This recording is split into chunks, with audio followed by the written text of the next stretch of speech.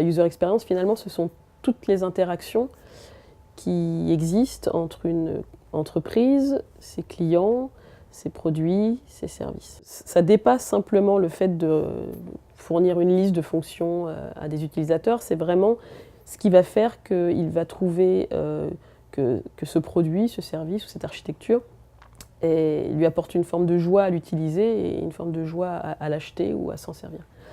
Donc ça traite de différentes dimensions, deux principales, des dimensions très pragmatiques, est-ce que c'est utile, est-ce que c'est utilisable, et des dimensions plutôt hédoniques. Quel plaisir j'ai à m'en servir, quel plaisir j'ai à l'acheter. Je prends l'exemple de la voiture. On est dans un contexte très particulier qui est le fait d'être au volant d'un véhicule. Et donc on a des règles à respecter dans la user experience qui sont la facilité d'apprentissage, la facilité à l'usage, la compatibilité à la conduite, à la tâche de conduite, et qui doivent cohabiter avec l'autre dimension dont je vous parlais, l'utilité.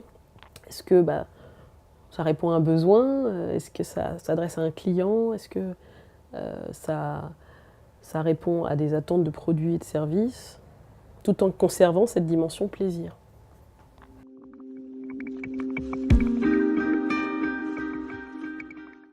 Et user experience, ce n'est pas un métier, effectivement, c'est une pratique, et c'est une pratique qui regroupe plusieurs compétences. Donc j'anime aujourd'hui une équipe pluridisciplinaire qui est faite des différents champs d'application de la user experience.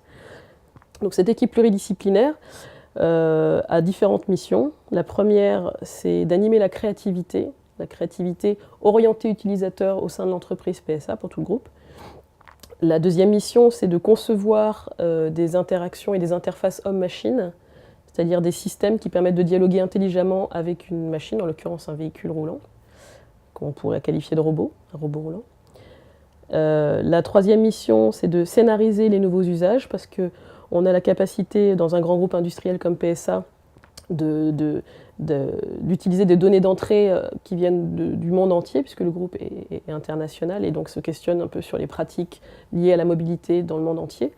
Et donc la question qui se pose, c'est finalement à quoi ressemblent ces mobilités du monde entier à l'instant T, et est-ce qu'on est capable de projeter ce qu'elles pourraient être en intégrant tous les nouveaux indicateurs de nos équipes de prospective, que sont les tendances socioculturelles, etc. Donc voilà, essayer de donner la vision de ces nouveaux usages à l'horizon 2018, 2019, 2025. Donc ça, c'est pour la scénarisation. Et enfin, la dernière mission, c'est le prototypage graphique des IHM. On a dans les équipes des développeurs qui sont capables d'amener nos idées à des niveaux de maturité suffisants pour qu'on puisse les tester, les essayer, les prototyper le plus tôt possible dans le process d'innovation pour, on va dire, se confronter à nos utilisateurs, à nos clients finaux, et s'améliorer en continu. Donc on prototype et on maîtrise toute la chaîne outillée du prototypage, depuis l'innovation jusqu'au développement, pour garantir que nos idées et nos propositions soient raccordables au process industriel du groupe PSA.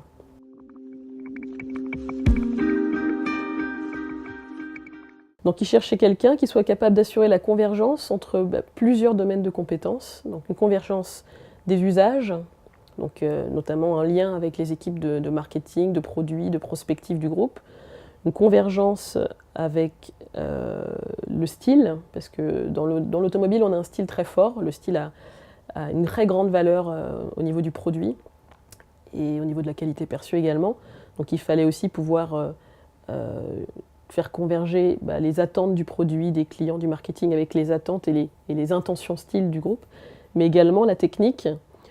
PSA est un groupe industriel avec une vraie force en termes de ressources humaines qui puise ses fondations dans l'ingénierie, la mécanique. Et donc arriver à parler tous ces langages et à coordonner finalement toutes ces forces vives pour arriver à produire et fédérer des innovations orientées interaction, puisque c'était quand même un peu la spécificité de cette équipe, de ce labo, nécessitait d'avoir un profil qui soit à la fois designer industriel, mais spécialisé en produits électroniques et en systèmes complexes, donc des produits électroniques mais pas forcément simples, parce que la voiture est un système complexe en soi, et qui soit capable de parler un petit peu tous ces langages et les faire interagir de manière productive et efficace.